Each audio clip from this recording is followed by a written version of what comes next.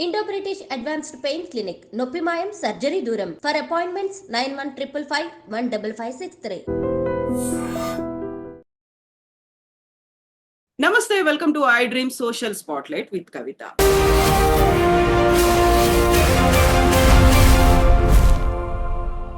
నటుడు మంచు మోహన్ బాబు ఇంట్లో గత 2 రోజులుగా హడావిడి హంగామా నెలకొంది. అది నిన్న రాత్రి పీక్ స్టేజ్ కు చేరుకుంది మీడియా మీద దాడి చేయడంతో.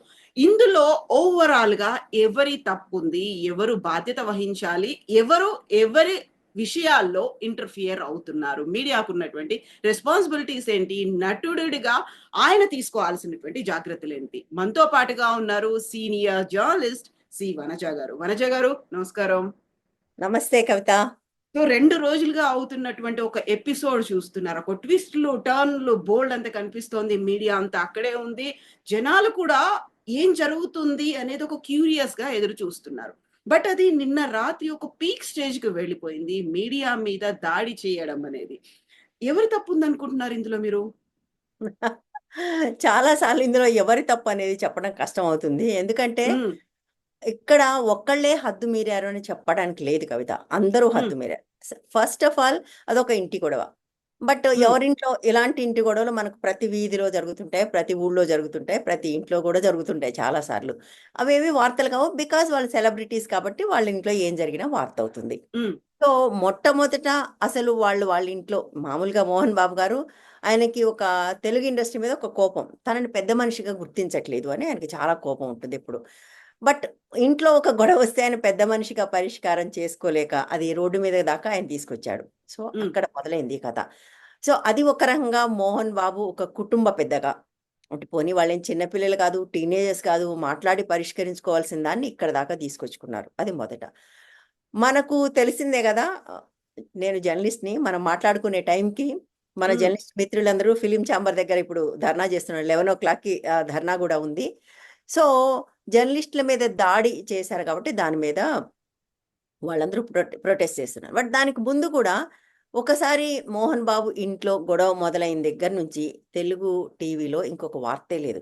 మొత్తం ఉమ్, తెలుగు టీవీలో, డిజిటల్ మీడియాలో కంటిన్యూయస్‌గా అదే విషయం మాట్లాడుతున్నారు. అందరూ అవే విషయం. ఉమ్, ఎందుకంటే సెలబ్రిటీ లైఫ్ మీద ఉండే ఆసక్తి కొద్దీ.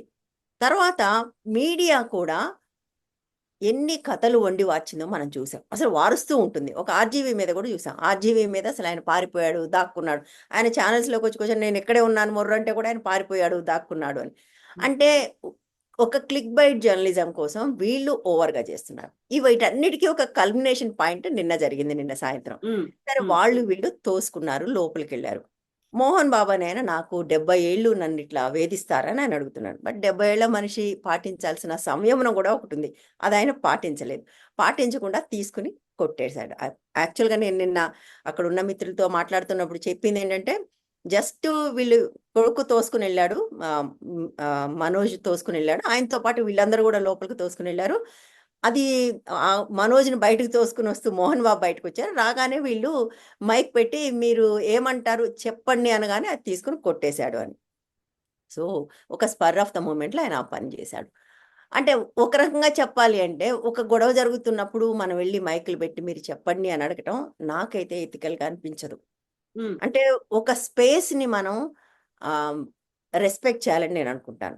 బట్ ఇవాళ స్పేస్ రెస్పెక్ట్ చేయని జర్నలిస్ట్‌లని కూడా నేను తప్పుపట్టను. ఇవాళ ఆ స్పేస్ రెస్పెక్ట్ చేయకపోవటమనే జర్నలిజంగా చాలామంది భావిస్తున్నారు. అట్లా దాన్ని ప్రమోట్ చేస్తున్నారు. ఇవాళ మీకు వ్యూస్ రావాలన్నా, క్లిక్స్ రావాలన్నా తప్పనిసరిగా ఆ స్పేస్‌ని ఆహ్, దాన్ని క్రాస్ చేసే ఒక పని చేయకపోతే తప్ప ఎవరు చూసే ఒక పరిస్థితి లేదు.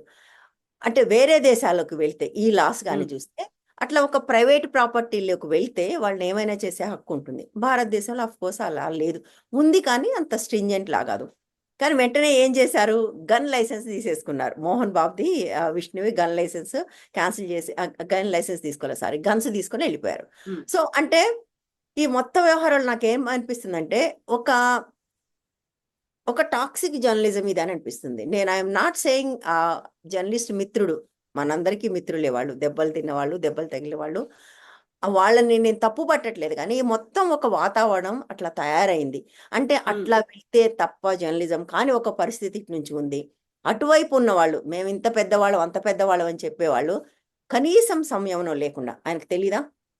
ఆయనకు కూడా తెలుసు కదా, జర్నలిస్టులు వస్తారని తెలుసు, అడుగుతారని తెలుసు, అది మంచా చెడా కాదు. ఆయనకు అవసరమైనప్పుడు వాళ్ళందరికీ వాళ్ళకి అవసరం ఉన్నప్పుడు ఇదే జర్నలిజం కావాలి, వీళ్ళు ఇట్లాగే కావాలి కదా చేసినప్పుడు. వాళ్ళకి వీళ్ళ అవసరం ఉన్నంతసేపు అది ఓకే, వీళ్ళ అవసరం లేదనుకున్నప్పుడు వాళ్ళ మీద దాడి చేయడం అంటే నాకు అనిపిస్తుంది అన్ని వైపుల నుంచి కూడా మనం ఒక రాంగ్ వాతావరణంలోకి ఎంటర్ అయ్యామనిపిస్తుంది కవిత. అంటే యాజ్ ఎ జర్నలిస్ట్ ఇప్పుడు మీరు పనిచేశారు, మీరు అదే టీవీ9లో ఇవాళ దెబ్బలు తిన్న టీవీ9లో చాలా కాలం పనిచేశారు, రిపోర్టింగ్ ఎవరి దాకేందుకు మీ మీదే దాడులు జరిగాయి. టీవీ9 మీద కోపంతో మిలీనియం మార్చప్పుడు మీ మీద దాడి చేశారు, మీ మీదనే దాడి చేశారు.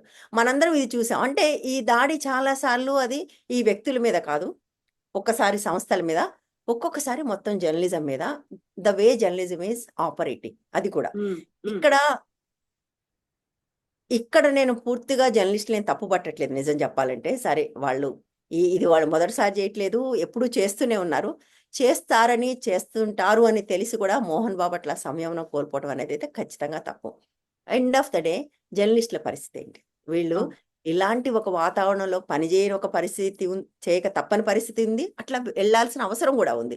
సో వాళ్ళకు రక్షణ ఏది? నాకు తెలిసినంత వరకు జర్నలిస్టులకు రక్షణ లేనే లేదు.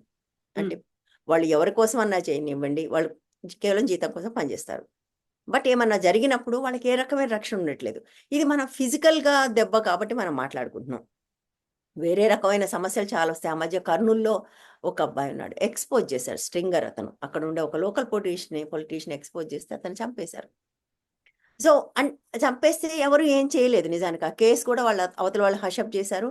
ఈ సంస్థ ఏదైతే ఉందో ఇది సంస్థ అబ్బాయి కోసం నిలబడి ఏమి చేయలేదు అసలు. అంటే ఒక జర్నలిస్ట్ ఒకటి రాస్తే చంపేస్తే దానికోసం కూడా ఏం చేయలేదు. అంటే నేను ఒక బిగ్గర్ ఇష్యూలోకి వెళ్తున్నా. అంటే జర్నలిస్టులుగా మనం అందరం కూడా ఒక టాక్సిక్ వాతావరణంలోకి వెళ్ళాం. చాలా మంది జర్నలిస్టులు బయటకు వెళ్ళి ఫీల్డ్ రిపోర్టింగ్ చేయడానికి ఒక భయపడే పరిస్థితి వచ్చింది. మనం అసలు the very essence of journalism is offending someone. నువ్వు చెప్పేదానికి నేను భజన చేస్తే జర్నలిజం అవసరం లేదు కదా, ప్రతిదాన్ని యాక్సెప్ట్ చేయాల్సిన అవసరం లేదు, చెయ్యకూడదు యాజ్ ఎ జర్నలిస్ట్. ఎందుకు అనుకుంటాం మన వాచ్ డాగ్ అని ఎందుకంటాం కదా? వాచ్ డాగ్ అనే మాట ఎందుకు? నువ్వు చెప్పింది ఓకే అని చెప్పడాన్ని పబ్లిక్ రిలేషన్స్ అంటారు, దానికి పిఆర్ డిపార్ట్మెంట్ ఉంటుంది ఎవరికైనా. జర్నలిస్టుల పని ఏంటంటే నువ్వు 100 మంచి విషయాలు చెప్పుగాక నువ్వు ఒక తప్పు చేస్తే ఆ ఒక్క తప్పును మాట్లాడటమే జర్నలిస్ట్గా నా విధి, నా బాధ్యత కదా. ఇవి మాట్లాడిన ప్రతిసారి దాడులకు గురవుతున్నారు. ఇప్పుడు కొత్తగా ఏమైందంటే నువ్వు ఏదన్నా అఫెండ్ చేయటమే జర్నలిజం అని చెప్పాను కదా నేను, అది కాదు అని ఎవరన్నా అంటే వాళ్ళకి జర్నలిజం తెలియదని నేను గట్టిగా నమ్ముతాను. The very essence of freedom of expression is offending someone. నువ్వు చెప్పింది తప్పు అని చెప్పడమే ఫ్రీడమ్ ఆఫ్ ఎక్స్ప్రెషన్. నువ్వు చెప్పింది రైట్ అనడానికి నాకేం ఫ్రీడమ్ ఆఫ్ ఎక్స్ప్రెషన్ అవసరం లేదు కదా, తప్పని చెప్పడానికే నాకు కావాలి. So that is a fundamental right in any democracy, democracy, America కానీ ఇండియా కానీ. సో ఇవాళ దానికి పెద్ద సమస్య వచ్చిందని అనుకుంటున్నాను. అంటే కొంచెం దీని నుంచి పక్కకు వెళ్తున్నానని అనుకోకండి. సో మనము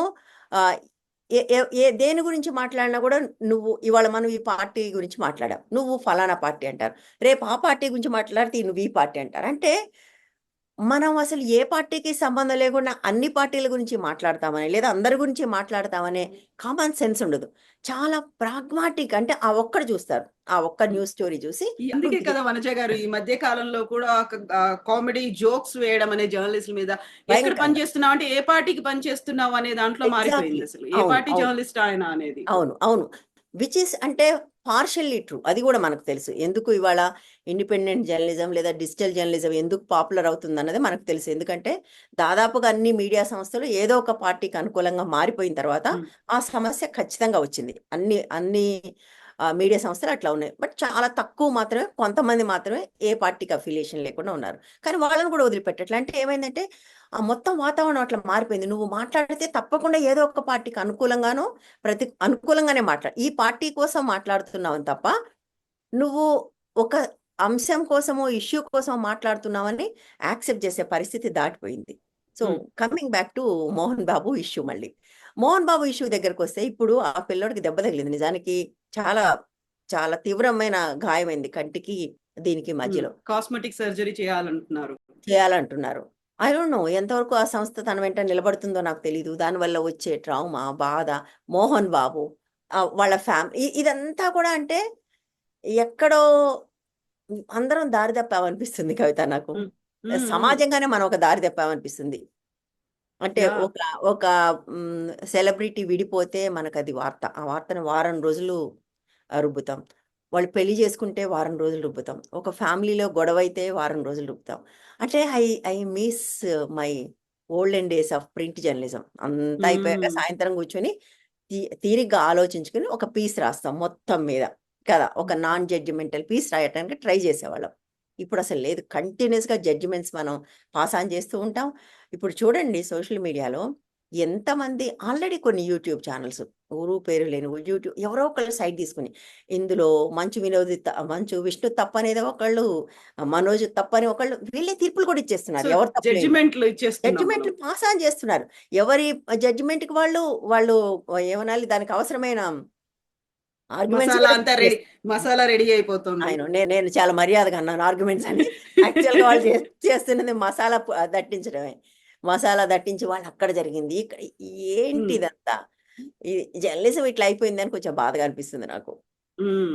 యాహ్! సో ఇప్పుడు మోహన్ బాబు ఇష్యూకి సంబంధించి చూస్తే ఇండస్ట్రీకి పెద్దగా కావాలి, లేకుంటే ఒక సీనియర్ మోస్ట్ నటుడు, వెటరన్ ఆర్టిస్టు, అందులో విష్ణు కూడా మాకి ప్రెసిడెంట్ అయ్యి ఉన్నారు. సో ఆయన ఏంటంటే ఇండస్ట్రీలో ఆర్టిస్టుల దగ్గర ఏమైనా సమస్యలు వస్తే నా దగ్గరికే వస్తారు, నేను తీరుస్తాను అనుకున్నప్పుడు యూజువల్ గానే ఒక సెలబ్రిటీ అనగానే ఏమవుతుంది అనే క్యూరియాసిటీ అనేది ఉంటుంది, దాన్ని మనం చూపించాలి అనేటువంటి ఒక ప్రెషర్ కూడా ఆర్గనైజేషన్స్ దగ్గర నుంచి ఉంటుంది, జర్నలిస్టుల మీద అదే ఒత్తిడి అనేది మనం మిస్ అవుతే మళ్ళీ మనం రెస్పాన్సిబిలిటీ, మనం ఆన్సరబుల్ గా ఉండాలి, వాళ్ళు చేశారు మనం చేయలేదు, ఎందుకు మిస్ అయ్యాము, ఈ ప్రెషర్స్ ఇవన్నీ ఉన్నప్పుడు సో మోహన్ బాబు కూడా ఒక రియాక్షన్ అనేది ప్రాపర్ గా లేదు అనేది వాళ్ళు ఖచ్చితంగా తీసుకెళ్తేనే లేదు. ఖచ్చితంగా ఇప్పుడు మీరన్నది కరెక్ట్. ఇప్పుడు ఆర్టిస్టులకు సమస్యలొస్తే తీర్చాల్సిన ఒక పొజిషన్‌లో మంచు విష్ణు ఉన్నాడు. అవును. ఇండస్ట్రీలో సీనియర్ మోస్ట్ యాక్టర్‌గా ఉన్నాడు. ఆయనకు అనేక విద్యా సంస్థలు కూడా ఉన్నాయి. మనం అది గుర్తుంచుకోవాలంటే విద్యా సంస్థలు కూడా నడిపే వ్యక్తికి ఎంత ఉమ్, సంయమనం ఉండాలి. అన్ని విద్యా సంస్థలు ఆయన స్వయంగా నడుపుతాడు. మనందరికీ తెలిసిన విషయం అది. ఆయన కాలేజీల్లోనూ, ఆయన స్కూళ్ళలోనూ వెళ్తాడు, ఉంటాడు. వాటికి సంబంధించి అంటే అదొక కనీసమైన స్పృహ. ఎవరిళ్ళల్లో గొడవలుండవండి. ఏ ఉమ్, ఇంట్లో గొడవుండవు. ఇంటింటి రామాయణం మనకు తెలీదా? ప్రతి ఇంటిలో ఒక పొయ్యుంటుంది. ఆ పొయ్యి మీద ఏం ఉడుకుతుందో మనందరికీ తెలిసిందే. సో, ఒక పెద్దవాడిగా దీన్ని రోడ్డు మీద రాకుండా చూడాల్సింది. ఉమ్. ఇద్దరు బౌన్సర్‌లని పెట్టుకొని, వాళ్ళు ఒకళ్ళనొకళ్ళు కొట్టుకొని, ఒకళ్ళనొకళ్ళు తోసుకొని ఐయామ్ ఫీలింగ్ సో సాడ్. అందులో చిన్న పిల్లలు గూడా, పసిపిల్లలు గూడా ఉన్నారు. ఇప్పుడు ఎగ్జాక్ట్లీ. ఆ మనోజ్‌కి ఒక 3, 4 ఏళ్ల కొడుకు, ఇప్పుడు నెలల పాప ఉంది. సో, ఈ మొత్తం అంటే ఒక పిల్లలున్నారు. వాళ్ళందరూ ఏమైపోతున్నారు? ఎట్లా ఫీల్ అవుతున్నారు? ఇంకా అన్నిటికంటే ఘోరం ఏంటంటే, నేను జర్నలిస్ట్‌ల వైపు నుంచి తప్పు పడుతుంది. పని మనిషి. పని మనిషిని ఆమెకు తెలియకుండా రికార్డ్ చేసి అదంతా వైరల్ అయిపోయి, ఇప్పుడు ఆ అమ్మాయి సూసైడ్ అటెంప్ట్ చేసిందంటున్నారు. ఏం రైట్ ఉంది మనకు? మన క్లిక్ బైట్ జర్నలిజం కోసం ప్రతి వాళ్ళని అసలు వాళ్ళకు తెలియకుండా రికార్డు చేయటం అనేది నేరం. చాలా మంది జర్నలిస్టులకు ఆ స్పృహ కూడా లేదు. స్టింగ్ అట్లా ఆపరేషన్స్ చేసేది, లేకుంటే అక్కడ ఏదో అక్రమం జరుగుతోంది, అక్రమ రవాణా జరుగుతోంది. అవును. సో అది అది దాన్నైనా నేను అర్థం చేసుకోగలను. ఇదేంటి? హ్మ్. హ్మ్. హ్మ్. ఇదేంటి అసలు? నిజానికి స్ట్రింగ్ ఆపరేషన్స్ కూడా ఇండియాలో the way they are doing which is not legal. But okay.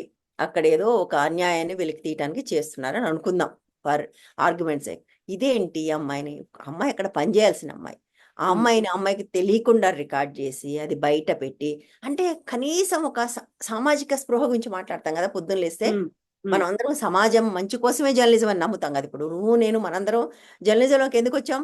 ఏదో సమాజానికి మంచి చేయాలి, అన్యాయాలను ఎదిరించాలి, లేదా అన్యాయాల్ని ప్రశ్నించాలి, వాస్తవాలు ఎగ్జాక్ట్‌లీ. బయట పెట్టాలి. ఇదే అందరి హ్మ్. మోటో వచ్చినప్పుడు. హ్మ్. కానీ హ్మ్. ఇప్పుడు అదంతా మర్చిపోయి ఎంతసేపటికి నువ్వు ఎక్కడ ఏమనాలి ఏ గాసిప్ పట్టామా? ఆ అమ్మాయిని అట్లా చేయటం. నేనేమంటున్నానంటే ఇప్పుడు ఒక పనమ్మాయికి, ఆ అమ్మాయికి తెలియకుండా రికార్డ్ చేసిన నువ్వు దానికేం మాట్లాడతావు? నీ మీద దెబ్బ గురించి మాట్లాడుతున్నావు. అమ్మాయి జీవితం మీద దెబ్బ పడింది కదా! అవును. ఈ దెబ్బతిన్న జర్నలిస్టు ఆ రికార్డ్ చేసిన జర్నలిస్ట్ ఒకటి కాకపోవచ్చు. కానీ యాస్ ఎ జర్నలిస్ట్ ఫ్రాటర్నిటీ నేను మాట్లాడుతున్నాను. హ్మ్. మనం ఇది తప్పనకుండా అదొకటే తప్పెట్లా అంటాం? అవును. ఇవాళ దెబ్బ కొట్టడం ఎంత తప్పో, ఆ పని మనిషిని రికార్డ్ చేయడం కూడా అంతే తప్పు. అది కంప్లీట్‌గా నాన్‌సెన్స్. అది జర్నలిజం కాదు. అవి ఎథిక్స్ కాదు. ఓకే. అమ్మాయి వచ్చి ఓపెన్‌గా నేను మాట్లాడదాం అనుకుంటున్నా అంటే వేరే విషయం. నువ్వు అమ్మాయికి తెలియకుండా చేస్తే అది అమ్మాయి లైఫ్‌కి సమస్య కదా! అమ్మాయి అక్కడికెళ్ళి మళ్ళీ ఎట్లా పని చేస్తది అక్కడ? అవును. అవును. అవును. సో ఇక్కడ ఇంకొక ప్రశ్న కూడా వస్తుంది వనజ గారు. ప్రతిసారి విధి నిర్వహణలో ఉన్నటువంటి జర్నలిస్ట్‌ల మీద అటాకులు జరిగితే వాళ్ళ ప్రొటెక్షన్ కోసం కొన్ని చట్టాలు ఉండాలి. వాళ్ళ కోసం అనేది ఇమ్మీడియేట్‌గా చర్యలు తీసుకునేలా ఉండాలి అనేది. అది ఎక్కడి దాకా వచ్చిందసలు? ఏమీ నిల్ లేవు. జర్నలిస్టుల మీద దాడి జరిగితే దాన్ని టాకిల్ చేయడానికి మనకు ప్రత్యేక చట్టాలేమి లేవసలు. హ్మ్. అట్లాంటివి లేవు. ఒక మనిషిని ఇంకో మనిషి కొడితే ఏం చట్టం ఉందో అదే చట్టం ఇక్కడ కూడా వర్తిస్తుంది. బట్ మనకు తెలుసు కదా! భారతదేశంలో ఓ మనిషిని ఇంకో మనిషి కొడితే ఉండే చట్టాలు అవి ఎట్లా పనిచేస్తాయి. ఇక్కడ కూడా అంతే పనిచేస్తాయి. అంతకంటే పెద్దగా ఏమైనా చేస్తాయని నేను అనుకోను. ఏం చెయ్యవు కూడా. నేను చెప్పాను కదండీ ఇంతకుముందే. ఒక పిల్లోడిని చంపేస్తే కూడా ఏం జరగలేదు. హ్మ్. ఎక్స్‌పోజ్ చేస్తే చంపేస్తే కూడా ఏం జరగలేదు. మనం ఇక్కడ దెబ్బల గురించి మాట్లాడుతున్నాం. మీకేం జరిగింది? మీ మీద అప్పుడు హ్మ్. దాడి జరిగితే మీ విషయంలో ఏం సో జరిగింది? ప్రొటెస్ట్‌లు అవుతాయి. అక్కడ రాస్తారోకోలు చేస్తారు. లేకుంటే ఒక అవును. ధర్నా అనేది ఉంటుంది. అంతకు మించి ఇంకేం జరగలేదు అంతకంటే అంటే అసలు. జరగదు. ఏమి జరగదు గూడా. అంతకంటే ఏం జరగదు గూడా. ఒకప్పుడైతే కొంత బాయ్‌కాట్ చేసేవాళ్ళు. హ్మ్. ఇప్పుడైతే ఆ బాయ్‌కాట్ అనే మాట కంప్లీట్‌గా నాన్‌సెన్స్. మీకు గుర్తుంటే ఒక 15, 20 సంవత్సరాల కింద ఇటువంటి దాడి జరిగితే వాళ్ళ వార్తల్ని, వాళ్ళ న్యూస్‌ని కంప్లీట్‌గా బాయ్‌కాట్ చేసేసేవాళ్ళు. అది హ్మ్. సినిమా యాక్టర్‌లకి చేసేవాళ్ళు, పొలిటీషియన్స్‌కి ఒక్కోసారి ముఖ్యమంత్రుల విషయంలో కూడా జరిగేది. హ్మ్. ఇదేంటి ఇంకా జర్నలిజం కొంత ఎంతో కొంత విలువలతో ఉన్న రోజుల్లో. ఇప్పుడది సాధ్యం గాదు. నువ్వు బాయ్‌కాట్ చేస్తే ఇంకొక ఛానెల్ వాడు లేదా ఇంకొక యూట్యూబ్ వాడు ఈ వార్తలు ప్రసారం చేస్తారు. లేకపోతే వాళ్ళకే ఉన్నాయి కాబట్టి వాళ్ళే చూపించేసుకుంటారు. వాళ్ళే చూపించేసుకుంటారు. తర్వాత ఇంకొకటి జర్నలిస్టుల మీద దాడులు ఒకప్పటితో పోలిస్తే విపరీతంగా పెరిగాయి. హ్మ్. పెరగటానికి రీజన్ ఇంతకుముందు చెప్పుకున్నట్టుగా జర్నలిజం యాస్ ఎ ప్రొఫెషన్ బాగా అంటే కరప్ట్ అయిపోవటం. అంటే హ్మ్. జర్నలిజం అనేది ఒక కార్పొరేట్ సంస్థకో, ఒక రాజకీయ పార్టీకో అండగా నిలబడటం మొదలుపెట్టిన తర్వాత ఈ ఈ దాడులు ఇక్కడ మాత్రమే జరగట్లేదు. దేశమంతా జరుగుతున్నాయి. మీకు చాలా చోట్ల ఇప్పుడు రైతుల ఆందోళన దగ్గరికెళ్తే పర్టిక్యులర్ ఛానెల్స్ వాళ్ళని రానివ్వలేదు. అర్నబ్ హ్మ్. Goswami, republic TV. ఎందుకంటే వాళ్ళు వీళ్ళ మీద తప్పుడు వార్తలు ప్రసారం చేస్తున్నారు. జీ టీవీ వాళ్ళని లాంటి వాళ్ళని రాలే. మరికొన్ని చోట్ల అట్లా. అంటే ఛానల్స్ కూడా వాళ్ళ ఎజెండాతో ఒక హ్మ్. వాస్తవాన్ని వాస్తవంగా చూపించడం కాకుండా, ఒక ఎజెండాతోటి వార్తలు ప్రసారం చేయటం మొదలుపెట్టిన తర్వాత, ఈ దాడులు బాగా పెరిగాయి. వాళ్ళకి మనకు కనపడేది ఫీల్డ్‌లో మనమే గదా! ఆ లోగో అవును. పట్టుకొని కనపడేది మనమే. అవును. ప్రతినిధిగా మనం ఉన్నామక్కడ. మనం ఉంటాం కాబట్టి ఈ దాడి మన మీదే జరుగుతుంది. హ్మ్. వాళ్ళ మీద జరగదు, వాళ్ళ మీద చెయ్యలేరు, అవకాశం గూడా లేదు. అంటే వాళ్ళకసల యాక్సెస్ కూడా ఉండదు. హ్మ్. అట్లాంటి చేయడానికి. సో, వాళ్ళకి ఎదురుగా కనపడే జర్నలిస్టుల మీదనే ఈ దాడులు జేస్తారు. నాకేమనిపిస్తుందంటే, సరే ఇక్కడ పొలిటికల్ ఎజెండా లేకపోవచ్చు. హ్మ్. మోహన్ బాబు ఆ క్షణంలో ఆవేశానికి లోనైపోయి అటువంటి పని చేసుండొచ్చు. కానీ ముందు ముందు ఈ దాడులు ఇంకా పెరుగుతాయని నాకనిపిస్తుంది. చాలా హ్మ్. పెరిగే అవకాశం గూడా ఉంది. బట్ జర్నలిస్టుల్ని ఇటువంటి పరిస్థితిలో పెడుతున్న వాళ్ళు గూడా ఈ విషయం ఆలోచించాలి. అంటే ఇలాంటి హ్మ్. కండిషన్స్‌లోకి పుష్ చేస్తున్న వాళ్ళు కూడా.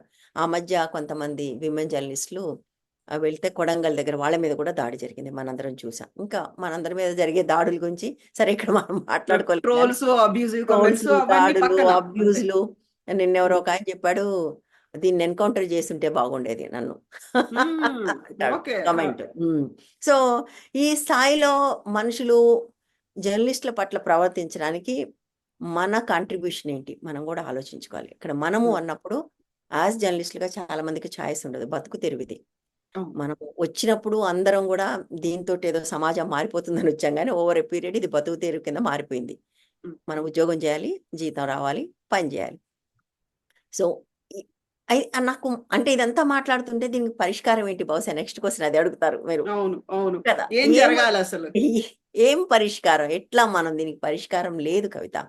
హ్మ్. Things are getting rotten and they will get more rotten. అది నాకనిపించేది.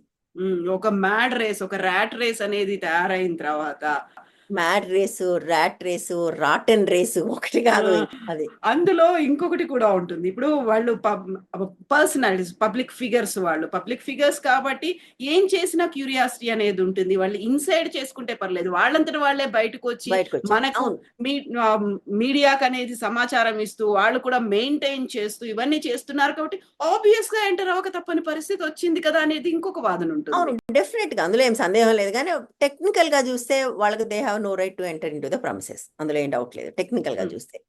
బట్ అలాంటి టెక్నికాలిటీస్ పాటించడం మానేసి మనం చాలా కాలం అయింది.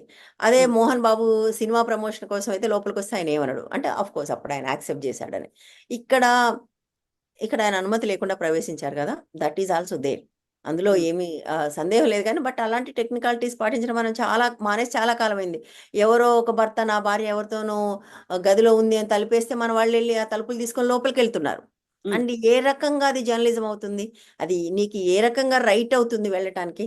మనం అలాంటి సంఘటనలు కూడా చూసాం. అవి రోజుల తరబడి ప్రసారం చేశారు ఆ దృశ్యాల్ని. అవును. ఎవరో ఒక పురుషుడు, ఒక స్త్రీ ఉన్నారు. ఆ భర్తకే వాటెవర్ ఇట్ ఈస్. భారతదేశంలో ఔట్‌సైడ్ వెడ్డింగ్ ఔట్‌సైడ్ రిలేషన్‌షిప్స్ అనేవి చాలా ఎక్కువని ఇప్పటికి అనేక సార్లు అనేక సర్వేలొచ్చాయి. ఎవడో ఒకడు అందులో ఏదో చేస్తే నీకు జర్నలిస్ట్‌గా నీకేం రైట్ ఉంది కెమెరా పట్టుకొని పోయి Hmm. వాళ్ళని షూట్ చేసి. సో, అవును. అంటే చాలా ఇది అంటే నేనేమంటున్నానంటే అది మనం క్వెషన్ చేసాము అప్పుడు చేయలే. Hmm. అప్పుడు మిగిలిన జర్నలిస్టులని ఇది తప్పు అని ఎవరనలే. ఇది తప్పు నువ్వెట్లా చేస్తావు? This is not a string operation. దీనివల్ల సమాజానికి ఏమి అవసరమైంది లేదు. ఒక పర్సనల్ ఇష్యూలోకి నువ్వు కెమెరా పట్టుకొని ఎట్లా పోతావు అని మనం ఎవరం మాట్లాడలేదు. బహుశా మనం అట్లా మాట్లాడాల్సిన అంశాలు మాట్లాడకపోవటం వల్లనే ఈ దాడులు ఇంకా పెరుగుతున్నాయి. రేపు అదే అంటారు కదా ఎవరైనా. Hmm. మీరు అప్పుడది ఎందుకు చేశారు? ఇప్పుడు ఇది ఎందుకు చేశారని అంటారు కదా! మనం మాట్లాడామా నిజంగానే? అలాంటివి ఎన్ని చూస్తాం. అలాంటి ఎంత చెత్త ఇవాళ జర్నలిజం కింద, న్యూస్ కింద వస్తుంది బయటికి. మనం మాట్లాడట్లే కదా! Hmm. యెస్. సో బోల్డన్ని అనాన్సర్డ్ క్వెషన్స్ అయితే ఉంటాయి. ఇది ఇలా ఒక చైన్, ఒక లూప్ లైన్ లాగా కంటిన్యూ అవుతూనే ఒక విష ఉంటుంది. వలయం అనుకోవాలి ఇది. ఇందులో అంతే. బలవుతున్నది ఎండ్ ఆఫ్ ద డే జర్నలిస్టులు. జర్నలిస్టులు అంతే. కొంతమంది అత్యుత్సాహం ఉండేవాళ్ళు ఉంటారు, చేస్తారు. ఐ డోంట్ థింక్ అది ఇప్పుడు అలాంటి పడగదిల్లోకెళ్ళి స్ట్రింగ్ ఆపరేషన్‌లు చేసేవాళ్ళు ఉన్నారు. హ్మ్. వాళ్ళందరినీ సమ్‌టైమ్స్ మీడియా సంస్థలు కూడా పంపిస్తాయి. బ్లాక్‌మెయిలింగ్ హ్మ్. Journalism it is called. Exactly. So, వాళ్ళు ఎగ్జాక్ట్‌లీ. పంపిస్తారు కొంతమంది. కొంతమంది వీళ్ళే అత్యుత్సాహంగా వెళ్తుంటారు. సో, సెన్సేషనే జర్నలిజం అయిపోయిన తర్వాత, క్లిక్ బైట్సే జర్నలిజం అయిపోయిన తర్వాత, హ్మ్. జర్నలిజము దిగజారిపోతూ ఉంది. దిగజారిపోతున్న జర్నలిజం వల్ల జర్నలిస్టుల మీద దాడులు పెరుగుతూ ఉన్నాయి. ఎండ్ ఆఫ్ ద డే అయితే మాత్రం మోహన్ బాబు చేసింది ఖచ్చితంగా తప్పు. సంయమనం పాటించి ఉండాల్సింది. అట్లా ఇప్పుడు ఇది చూస్తున్న వాళ్ళు చాలామంది చాలా స్టోరీస్ చెప్తున్నారు. ఆయన యూనివర్సిటీలో హ్మ్. తన కాలేజీలో ప్రొఫెసర్స్‌ని కూడా కొడతాడని ఇలాంటివి చాలా వార్తలొస్తున్నాయి. సో, వాటన్నిటికి ఊతం ఇచ్చిన వాళ్ళయ్యారు కదా! ఇప్పుడు అది నిజమో కాదో ఎన్ని వార్తలు వండి వారుస్తారు ఇప్పుడు మీకు తెలుసు కదా! ఎగ్జాక్ట్‌లీ. వాళ్ళని ఎగ్జాక్ట్‌లీ. కొట్టారు, వీళ్ళని కొడతారు, వాళ్ళని కొడతారు. చాలా మంది చెప్తూ ఉన్నారు నిజానికి అవన్నీ కూడా ఇప్పుడు. అతని తత్వం ఏమంత అండ్ మనకు తెలుసు కొంత. మోహన్ బాబు దురుసుగా ప్రవర్తిస్తారనే విషయం మనందరికీ తెలిసిందే. సో, కుటుంబంలో ఇంత గొడవ జరుగుతున్నప్పుడు దాన్ని కుటుంబ పెద్దగా బయటికి రానివ్వకుండా చూసుకోకపోగా బయటికొచ్చిన తర్వాత నీ సమస్య నీ ఫ్యామిలీది. దాన్ని హ్మ్. జర్నలిస్టుల మీద చూపించడం అనేది ఖచ్చితంగా తప్పు. అందులో ఏమీ సందేహం లేదు. ఇది మనం యాక్సెప్ట్ చేస్తే ఈ దాడులు ఇంకా పెరుగుతాయి. హ్మ్. కానీ మనం యాక్సెప్ట్ చేసినా చేయకపోయినా దాడులు ఇంకా పెరుగుతాయని నాకనిపిస్తుంది. యెస్. మనీష గారు. థాంక్ యూ సో మచ్ అండి. ఇది ఒక ఏమంటారు, ఒక పరిష్కారమా? లేకుంటే ఆన్సర్ అనేది లేనటువంటి ఒక లేదు. సమస్యగా మిగిలిపోతోంది. సో, అవును. ఎవరంతట వాళ్ళు ఒక రెస్పాన్సిబుల్‌గా, బాధ్యతగా ఫీల్ అవ్వాల్సినటువంటి అవసరం అయితే ఉంటుంది. ప్రతి విషయంలో ఏదైనా ఇష్యూ జరిగినప్పుడల్లా చెప్పుకునే అంశం ఇదే. ఇలాగే అవును. మాట్లాడుకుంటాం, ఇలాగే ఎండ్ ఇలాగే చేసేసుకుంటాం. ఆ మాట్లాడుకుంటాం. తర్వాత నెక్స్ట్ ఏమొస్తుంది, మళ్ళీ దాని గురించి మాట్లాడుకోవడానికి మళ్ళీ రెడీ. అంతే. యెస్ అండి. Thank you so much Vanaja గారు. Thank you Kavitha. Thank you. Thank you.